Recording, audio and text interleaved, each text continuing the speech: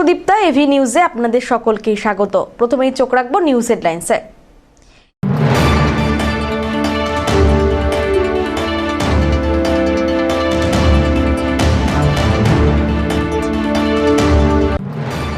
ভোটের আগে ডেঙ্গুয়াছাড় চা বাগান পরিদর্শনে কেন্দ্রীয় শিল্প বাণিজ্য প্রতিমন্ত্রী নীতিন প্রসাদ।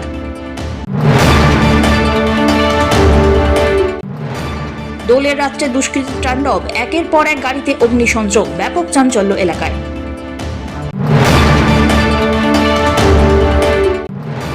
পেশ হলো জলপাইগুড়ি পৌরসভার পূর্ণাঙ্গ বাজেট। 503 কোটি টাকার 2026-27 পূর্ণাঙ্গ বাজেট পেশ হলো।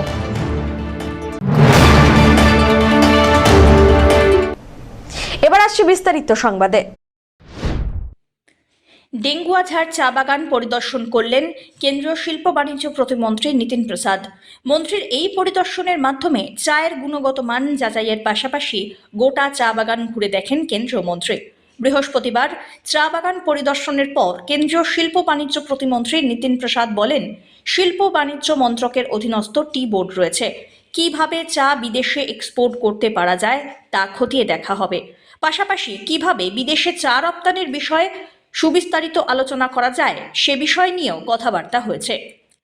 আবহাওয়ার পরিবর্তন হয়েছে, জলবদ্ধতা, শ্রমিক সমস্যা, এই সমস্তই উল্লেখযোগ্য বিষয় নিয়ে আলোচনা হয়েছে বলেও জানানো হয়। They have told you about all the things. They have told us about climate change, water logging, aging plantations, worker issues. All those have been discussed. We are coming out of the plan. Okay. So can we assume that the center would be, funding the tea industry shortly? Don't assume. We are going to come out with a comprehensive plan and see what can be done. The tea is a priority for the central government. And by when can we expect this plan to come out? We are hoping that the state government has collaborated, has not collaborated and given support. Okay. That is a big concern.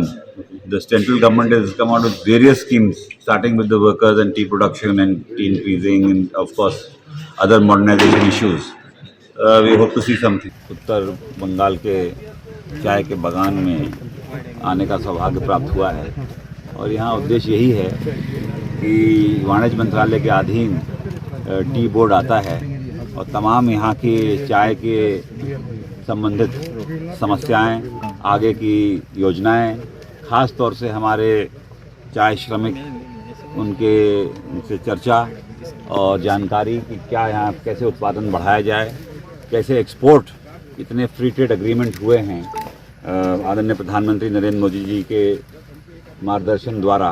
तो ये समय है कि हम भारत की जो पहचान चाय है, वो भारत में तो बहुत अपने आप में उसको प्रचलन है, मगर विदेश में भी जो जाना जाता है, तो प्रयास ये किए जाएं कि एक्सपोर्ट के लिए क्या हमें क्वालिटी में इम्प्रूवमेंट्स लाने हैं और उत्पादन उस हिसाब से बढ़ाना है कि विदेश में भी जो हमारे फ्री ट्रेड एग्रीमेंट हुए हैं उसको देखते हुए जल्द से जल्द अंतर्राष्ट्रीय बाजार में भी कैप्चर करनी चाहिए मार्केट, उसके दृष्टिकोण। What about West Bengal? हाँ बिल्कुल, ये तो प्रदेश सरकार को अगर सहयोग देती तो बहुत ही यहाँ पे और भी काम हो सकते हैं, मगर प्रयास किया जा रहा है। দোলের রাত্রে দুষ্কৃতীর তাণ্ডব, জলপাইগুড়ি শহরের দিনবাজার এলাকায় একের পর এক গাড়িতে অগ্নিসংযোগ করা হলো। সম্পূর্ণভাবে পুড়ে ক্ষতিগ্রস্ত হয়েছে একটি গাড়ি, আরও দুটি গাড়িতে অগ্নিসংযোগ এবং একটি গাড়িতে ভাঙচুর চালায় দুষ্কৃতীরা, এমনটাই অভিযোগ। স্থানীয় বাসিন্দা এবং দমকল কর্মীদের তৎপরতায় ক্ষয়ক্ষতির পরিমাণ কমেছে। সিসিটিভির ছবি দেখে এক যুবককে আটক করে জিজ্ঞাসাবাদ শুরু করে পুলিশ। স্থানীয়দের দাবি, রাত্রি 3টে নাগাদ দিনবাজারের রাস্তার পাশে রাখা 3টি গাড়িতে আগুন ধরিয়ে দেওয়া হয়, একটি গাড়িতে চলে ভাঙচুর। উল্লেখযোগ্য, 2024 সালের জুলাই মাসে এই এলাকায় ডাকাতির ঘটনা ঘটে। উত্তরপ্রদেশ থেকে এসে এলাকায় ডাকাতির চেষ্টা চালায় দুষ্কৃতীরা, পুলিশকে লক্ষ্য করে গুলিও চলে। নতুন করে এই ঘটনা ঘটায় আতঙ্ক ছড়িয়েছে এলাকায়। নিরাপত্তার পাশাপাশি ঘটনার তদন্তেরও দাবি জানিয়েছেন বাসিন্দারা। আমরা তো রাত্রিবেলায় হল্লা চিল্লা হইলো, সব পাড়াপড়শিরা এসে জল টল দেওয়া শুরু করছে, ওই হল্লাতে আমাদের ঘুম ভেঙে যায়। তখন আমরা জানতে পারি এরকম আমাদের গাড়িতে আগুন লাগছে। তো নিচে নামলাম, নিচে নামে দেখি, তারপরে ফায়ার ব্রিগেডকে ফোন করলাম, পুলিশকে ফোন করলাম, সবাই আসলো সময় মতোই। ততক্ষণে আমাদের প্রতিবেশীরা খুব হেল্প করলো, হ্যাঁ, পরে জানতে পারলাম না ধীরে ধীরে যে অন্য দুটো গাড়িতে আগুন লাগলো, ওটা পরে জানতে পারলাম, কিন্তু ওই গাড়িগুলোর তিরপালগুলোতে আগুন লাগছিল, ওই তিরপালটা আগুন নিভে গেছে। আর এটার টায়ারে বা যেখানেই আগুনটা লাগে আমরা বুঝতে পারিনি কোথায় কি হয়েছে, বড় আকার ধরে না এটা। তাও ভগবানের কৃপা বলেন যাই বলেন, খুব জোরে আগুন লাগলে পরে অনেক কিছু হতে পারতো এখানে। আমরা খুব বেঁচে গেছি, আর আমরা কালকে থেকে খুব ভয়ে ভয়ে ছিলাম যে কি হয় কি হয়। তারপরে তো ঘুম হয় না ঠিক মতো। হ্যাঁ, পৌনে তিনটা হবে অ্যাপ্রক্সিমেট। আমরা আর কি চাবো এখন, আমাদের গাড়ির ক্ষতিপূরণটা যদি ক্ষতি পাই যাই এটা চাই। দ্বিতীয়ত মেন ব্যাপার হলো যে কে বা কারা করলো তো আমরা বুঝতে পারতেছি না। হ্যাঁ, আমরা আমাদের কাউন্সিলর সন্দীপ মাহাতোকে জানিয়ে দিয়েছি ব্যাপারটা। সন্দীপ আসছিল, সন্দীপ দেখে গেছে। এখন পুলিশ যা তদন্ত করবে পুলিশের উপরে ডিপেন্ড করবে, আমাদের তো এর মধ্যে কিছু করার নাই। কি বলবো, চিন্তা করা যায় না, চিন্তার বাইরে। সকালবেলা ঘুম থেকে উঠে আসলাম, তখন জানলাম দেখে মনে হচ্ছে যে আমার জীবনে এরকম ঘটনা কোনোদিন দেখিনি। জয়বাড়ি শহরে কোনো পাড়াতেই দেখিনি। এটা উদ্বিগ্ন আমরা খুব, এরকম যে ঘটে যাবে কি করে যে হলো সেটা বিশাল ব্যাপার। কি চাইছে এগুলো ভবিষ্যৎ যাতে এরকম ঘটনা না ঘটে, এই ব্যাপারে সমস্ত রকম পদক্ষেপ নেওয়া। আজ সকালবেলা আমি ছুটে গেছিলাম গতকাল রাতে আনুমানিক 4টের দিকে। কতিপয় ব্যক্তি, জনৈক এক ব্যক্তি দিনবাজারে মারোয়ারি পট্টি লেন নাম্বার 1-এ অনেকগুলো গাড়ি ওখানে পার্কিং করা ছিল, সেই গাড়িতে অগ্নিসংযোগ করেছে। স্থানীয় লোকের তৎপরতার ফলে খুব তাড়াতাড়ি একটা বড় দুর্ঘটনা এড়ানো গেছে। সেখান থেকে একটা বড় দুর্ঘটনা হতে পারতো। তাই দেখা যাচ্ছে একটা গাড়িতে আগুন লাগানো হয়েছে, আরেকটা গাড়ি কভার দিয়ে ঢাকা ছিল, তার কভারেও আগুন লাগেছে। আবার মার্চেন্ট রোডে একটা গাড়িতে গিয়ে এসে আগুন লাগিয়েছে। তো এই ধরনের ঘটনায় স্থানীয় মানুষের মধ্যে আতঙ্কের পরিবেশ, উদ্বেগ পরিবেশ তৈরি হয়েছে। মানুষ খুব আতঙ্কিত। পুলিশ প্রশাসন করলো বিষয়টা দেখতে। সিসিটিভি ফুটেজ এসছে, তাতে দেখা যাচ্ছে জনৈক এক ব্যক্তিকে আইডেন্টিফাইড করা হয়েছে। পুলিশ তাকে ডিটেইন করেছে, জিজ্ঞাসাবাদ চলছে। পুলিশের অনুসন্ধানের পরেই জানা যাবে বিষয়টি কি রয়েছে। পিনাকি শীলের রিপোর্ট।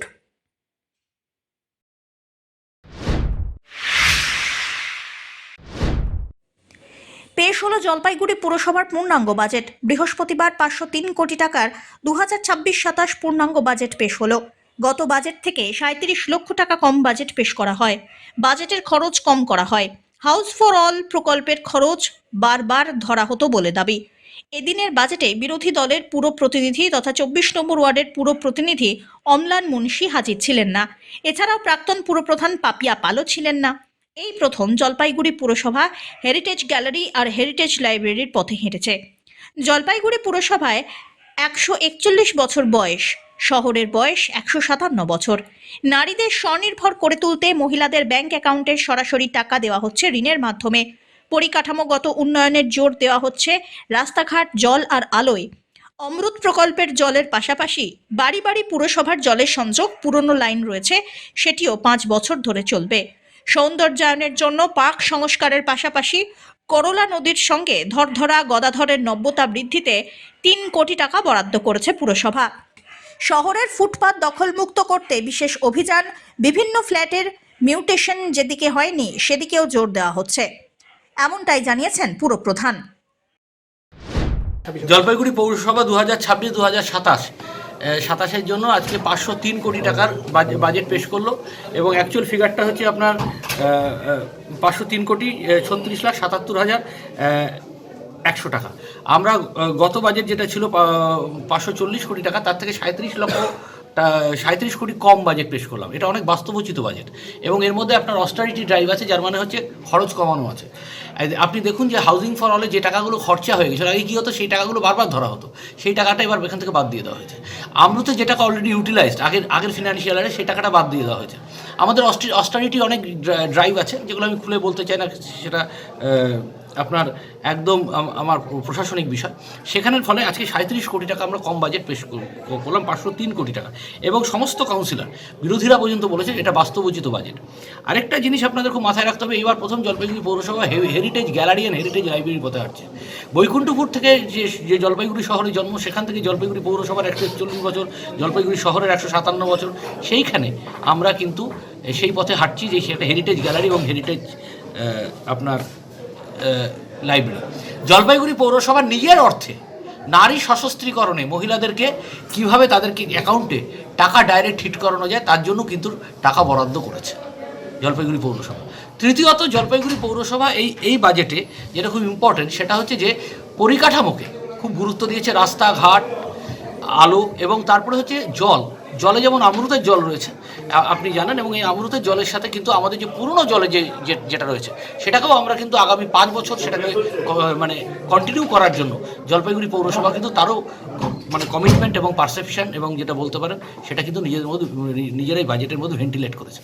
জলপাইগুড়ি পৌরসভা এই বাজেটে আপনাকে আমি বলি যে একাধারে যেমন পরিকাঠামো, একদিকে নারী সশস্ত্রীকরণ, তার সাথে পার্কস অ্যান্ড গার্ডেন্সের সৌন্দর্যায়ন এবং করলার নাব্যতা বৃদ্ধিকে মানে গদাধর এবং ধরধরার নাব্যতা বৃদ্ধির মধ্য দিয়ে করলার নাব্যতা বৃদ্ধিতেও 3 কোটি টাকা অ্যালট করেছে, যেটা এই পৌরসভার কিন্তু এবার বাস্তবোচিত বাজেটের একটা মুখ। এবং জলপাইগুড়ি পৌরসভা নির্বাচনের পর, বিধানসভা নির্বাচনের এমবার্গো হয়ে যাবে, তারপর এই এনক্রোচমেন্ট ফ্রি শহরের মূল রাস্তাকে দমবন্ধ করে আসা তাকে মুক্ত করার জন্য এবং হকারদের পুনর্বাসনের জন্য কিন্তু জলপাইগুড়ি পৌরসভা এই বাজেটে তার প্রতিচ্ছবি রেখেছে। এবং জলপাইগুড়ি পৌরসভা টোটোর ক্ষেত্রেও আগামী দিনে কি করা যায় সেই ব্যাপারেও কিন্তু এখানে তার প্রভিশন রেখেছে, এবং সেটা এই মুহূর্তে নির্বাচনের আগে আমাদের এখানে কৌশলগত কারণে আমাদের পক্ষে বলা সম্ভব নয়। আমরা জলপাইগুড়ির মানুষের কাছে বলছি একটা বাস্তবোচিত বাজেট আমরা পেশ করলাম, যেখানে আবাল বৃদ্ধ বনিতার সমস্ত চিন্তা ভাবনা, তাদের সরকারের একটা চিন্তা ভাবনা এখানে প্রতিফলিত হয়েছে। খড়গপুর আইআইটির মধ্য থেকে যে আমরা এবং নাগরিক কনভেনশনে যে আমরা প্ল্যানিং পেয়েছিলাম তারও বেশ কিছুটা অংশ আমরা কিন্তু এই পৌরসভার আজকের এই বাজেটে তার মধ্যে কিন্তু প্রতিফলিত হয়েছে। সব্যসাচী মজুমদারের রিপোর্ট।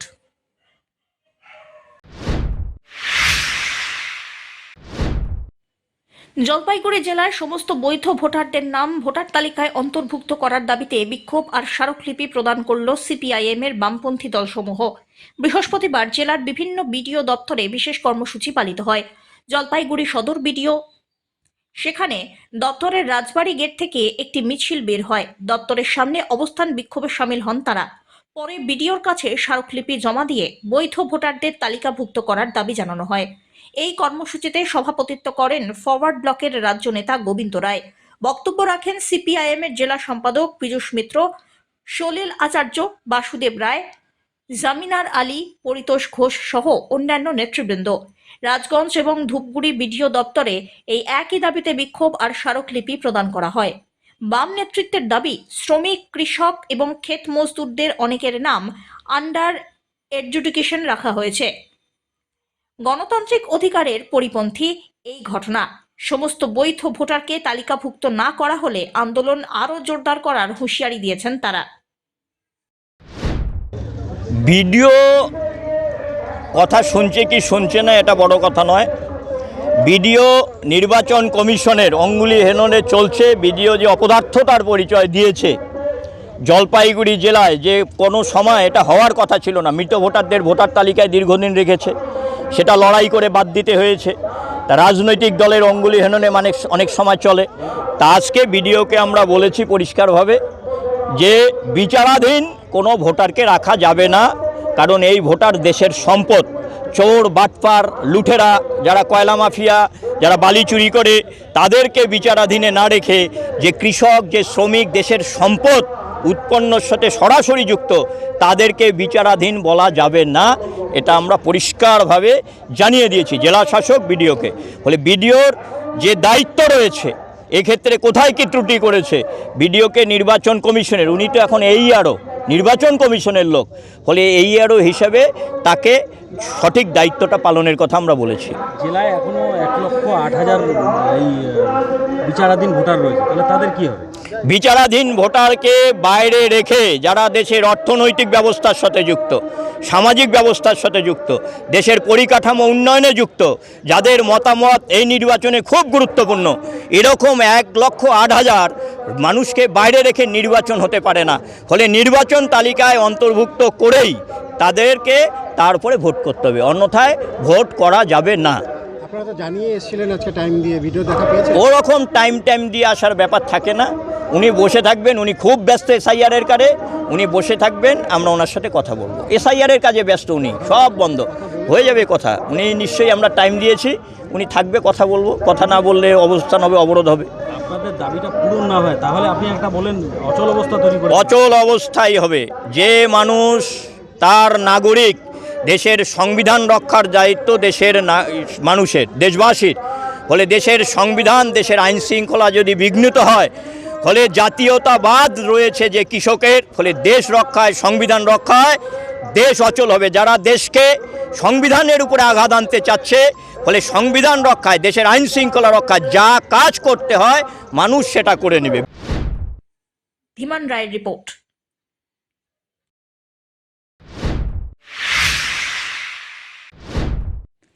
অবিলম্বে বেতন প্রদান, বেতন বৃদ্ধি সহ একাধিক দাবি নিয়ে সর্বশিক্ষা মিশনের আধিকারিকদের কাছে দাবিপত্র পেশ করল নিখিল বঙ্গ পার্শ্ব শিক্ষক সমিতির জলপাইগুড়ি জেলা কমিটি। বৃহস্পতিবার সংগঠনের সদস্যরা দপ্তরে উপস্থিত হয়ে লিখিতভাবে তাঁদের দাবি জানান। সংগঠনের পক্ষ থেকে জানানো হয়, ফেব্রুয়ারি মাসে বর্ধিত বেতন অবিলম্বে দিতে হবে। প্রতি মাসের প্রথম তারিখে নিয়মিতভাবে বেতন দিতে হবে। পাশাপাশি 1 মার্চ 2024-এর নির্দেশিকা অনুযায়ী বেতন বৃদ্ধির ফাইল দ্রুত কার্যকর করার দাবি তোলা হয়।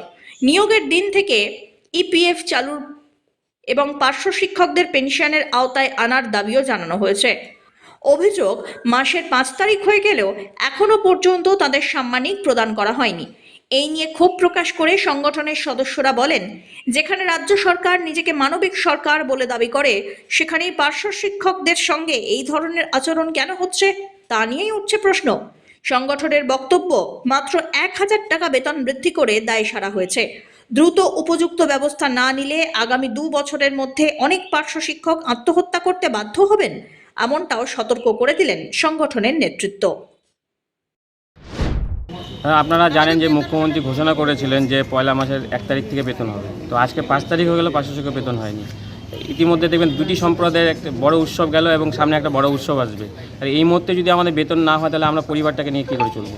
তাই আমাদের বেতন, যে মুখ্যমন্ত্রী ঘোষণা ছিল যে 1 তারিখেই বেতন দিতে হবে, এইটা কিন্তু উনি ফেল করেছেন। তাই বেতনে অবিলম্বে বেতন দিতে হবে এবং বেতন যদি না দেয় তাহলে আজকে আমরা এখানে অফিস ঘেরাও করে রাখবো।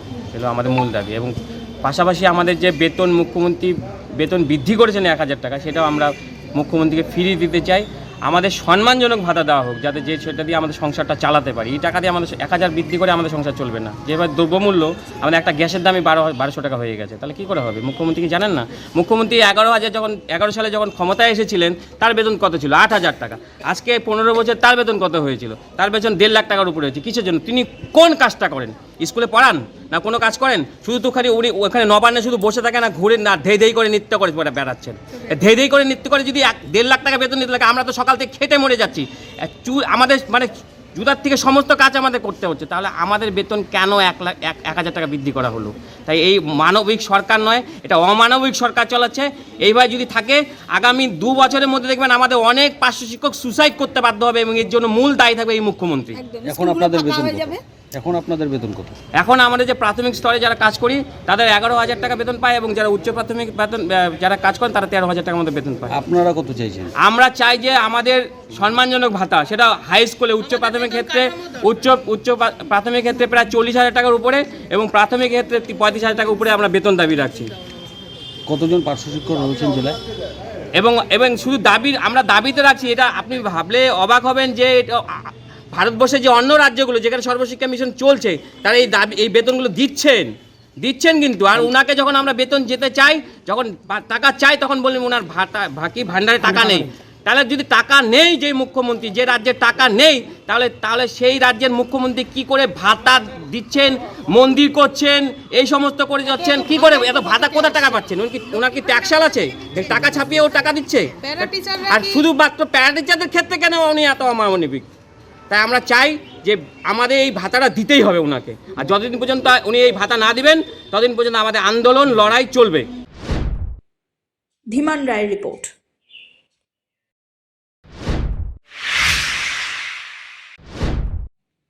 হোলির সকালেই জঙ্গল ছেড়ে লোকালয়ে ঢুকে পড়ল 3টি বাইসন। ঘটনায় ব্যাপক চাঞ্চল্য ছড়িয়েছে বানারহাট ব্লকের উত্তর শালবাড়ি এলাকায়। স্থানীয় সূত্রে খবর, ভোরবেলা গ্রাম সংলগ্ন এলাকায় 3টি বাইসনকে ঘোরাফেরা করতে দেখেন বাসিন্দারা। মুহূর্তের মধ্যেই এলাকায় ছড়িয়ে পড়ে আতঙ্ক। কৌতূহলী মানুষের ভিড় জমতে শুরু করে। পরিস্থিতি আরও উত্তপ্ত হয়ে ওঠে। হঠাৎই বাইসনগুলি একটি তেড়ে এলে এক মহিলা এবং এক পুরুষ আহত হন। পাশাপাশি কয়েকটি গবাদি পশুও জখম হয়েছে। আহতদের উদ্ধার করে চিকিৎসার জন্য ব্যবস্থা করা হয়। খবর পেয়ে ঘটনাস্থলে পৌঁছয় বিন্নাগুড়ি বন্যপ্রাণ স্কোয়াডের বনকর্মীরা। তাদের সঙ্গে মরাঘাট এবং নাথুয়া রেঞ্জের কর্মীরাও যোগ দেন। দীর্ঘক্ষণের প্রচেষ্টার পর একটি বাইসনকে ঘুমপাড়ানি গুলি করে নিয়ন্ত্রণে আনা সম্ভব হয়। বন দপ্তর সূত্রে খবর, বাকি দুটি বাইসন এখনও এলাকায় বিচরণ করছে। গ্রামবাসীদের নিরাপদ দূরত্ব বজায় রাখার জন্য মাইকিং করা হচ্ছে। অপ্রয়োজনীয় ভিড় এড়াতে অনুরোধ জানানো হয়েছে। পরিস্থিতি সম্পূর্ণ নিয়ন্ত্রণে না আসা পর্যন্ত নজরদারি এবং উদ্ধার অভিযান জারি থাকবে, এমনটাই জানিয়েছে বন দপ্তর। এখানে তো বাইজন আসছে, কটা শোনা যাচ্ছে দুইটা, কিন্তু আমাদের এখানে আসছে একটা আসছে। কেউ আক্রমণ কিভাবে হয়েছে, আহত একটা হয়েছে? দাদা হয়েছে, ওইদিকে একটা দাদাকে মানে ই করছে, আর গরুকেও করছে। কোন জঙ্গল থেকে আসে মনে হয়? এটা তো মনে হয় এসে গড়কাটা ফরেস্টে হবে। কখন আসছে? এটা সকালে আসছে, সকাল 6টা। বনকর্মীরা আসছে কি? হ্যাঁ আসছে। আসছে। এখন কি ঘুমপাড়ানি গুলি করলো কি? হ্যাঁ করছে। কতটা আতঙ্কিত রয়েছেন? অনেকটাই। এখন তো ভাবে অনেক কিছু দেখা যাচ্ছে আমাদের এদিকে, বাঘ ধরে, হাতি, বাইচন সবকিছু দেখা যাচ্ছে। এর আগে কি বাইসন আসছে লোকালয়? এর আগেও আসছিল, আর এর আগে আসলো, আমাদের এই পাড়ায় আসেনি আর কি, মানে কোথাও তো আসছে শোনা গেছে, কিন্তু এখন তো আমরা নিজের চোখেই দেখতেছি সেদিকে অনেকটাই ভয় আছে, অনেক আতঙ্ক আছে। দুইটা ছিল, দুইটার মধ্যে একটা ওইদিকে উত্তর সালবাড়ি মাথা দিয়ে ওইদিকে চলে গেল ভারতের ওইদিকে, আর একটা আমাদের ওইদিকে এই যে সকাল থাকে এই যে এখন পর্যন্ত ঘুরতেছে, এই যে এখানে অভ্যাস করিয়া ইঞ্জেকশন দিয়ে ওইখানে পড়ছে। আর এখন তো কি করবে, এটা লিয়া যাবে কি যাবে না। কিভাবে দেখলেন? কিভাবে দেখলেন? সকালবেলা উঠলাম, তখন আমার গোয়ালি ঘরে ঢুকছিল। গোয়ালি ঘরে? হ্যাঁ, তখন আমরা বাইরে হয়ে একটু করলাম, দাস করলাম, তখন বাইরে হয়ে ওদিকে দক্ষিণে গেল, আবার আইসা আমার এই জায়গায় এখন পড়ি আছে। বাইসনের হানায় কি কেউ আক্রমণ, কেউ জখম হয়েছে? একটা বউ ওই যে লাগছে, কিন্তু কোনো আক্রমণ হয়নি, একটু ব্যথা করতেছে বলতেছে। উপর দিয়ে গেছিল একটা বুড়ি মানুষ। বনকর্মীরা ঘটনাস্থলে আসছে? আসছিল, কিন্তু ও দেখে নেই, ও খালি শুনছে কান দিয়ে, কিন্তু ও দেখে নেই, আমরা দেখছি। ডিপার্টমেন্টের ব্যর্থতা কতটা? এখনো পর্যন্ত গ্রামবাসীরা চারিদিকে ঘিরে ধরছে এবং বনকর্মীর দেখা মিলছে না। দেখা মিলছে না, বনকর্মীরা তো ওরা দূরে দূরে, পাবলিকলে আগে আগে আসছে, তবু আমরা ওই করি, এখন ওই যে ইঞ্জেকশন দিয়ে এখানে ফেলাইছি। কোথাকার বনকর্মীরা আসছে? ওইটাই যে আমাদের এই গড়কাটা ফারাসের জায়গা। অমিত বণিকের রিপোর্ট।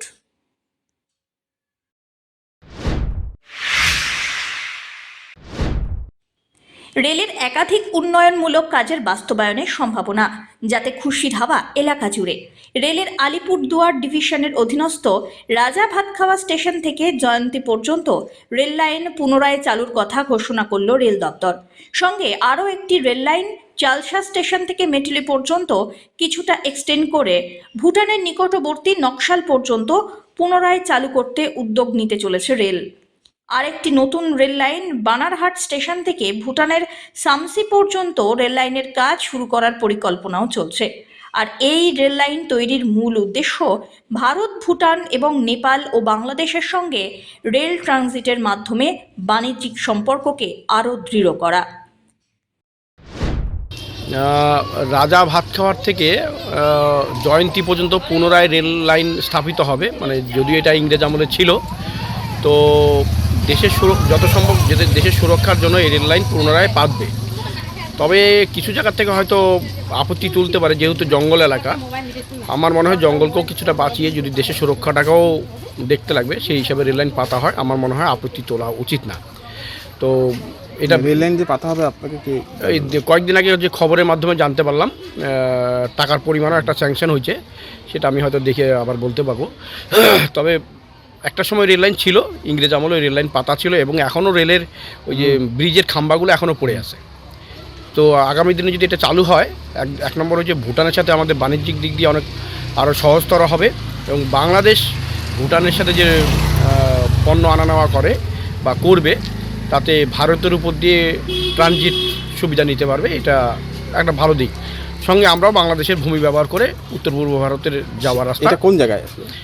যেটা এখন এটা নতুন করে হচ্ছে, সেটা হচ্ছে ভুটানের নিকটতম স্টেশন হবে জয়ন্তী পর্যন্ত। রাজা ভাতখাওয়ার থেকে ভুটানের জয়ন্তী পর্যন্ত অতীতে ছিল। আর বাংলাদেশের থেকে যে আমাদের হলদিবাড়ি থেকে পঞ্চগড় হয়ে এবং আমাদের মাগুরজান পর্যন্ত রেললাইন হওয়ার কথা ছিল গত 1-1.5 বছর আগে, এটা নিয়ে আলোচনা উঠছিল। বর্তমান তো সরকার আবার পরিবর্তন হয়েছে, আগামী দিনে এই আশাই রাখছি তারাও আমাদের দেশকে ব্যবহার করবে, আমরাও তাদের দেশ জন্য ব্যবহার করে আমাদেরও কিছু লাভজনক হয়। অমিত বণিকের রিপোর্ট।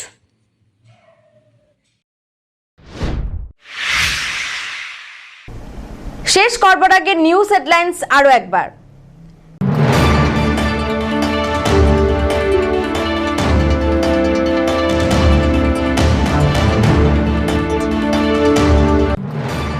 ভোটের আগে ডেঙ্গু আছাড় চা বাগান পরিদর্শনে কেন্দ্রীয় শিল্প বাণিজ্য প্রতিমন্ত্রী নিতিন প্রসাদ।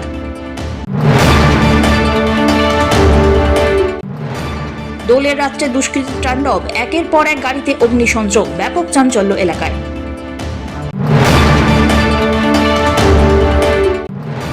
পেশ হলো জলপাইগুড়ি পৌরসভার পূর্ণাঙ্গ বাজেট। 503 কোটি টাকার 2026-27 পূর্ণাঙ্গ বাজেট পেশ হলো।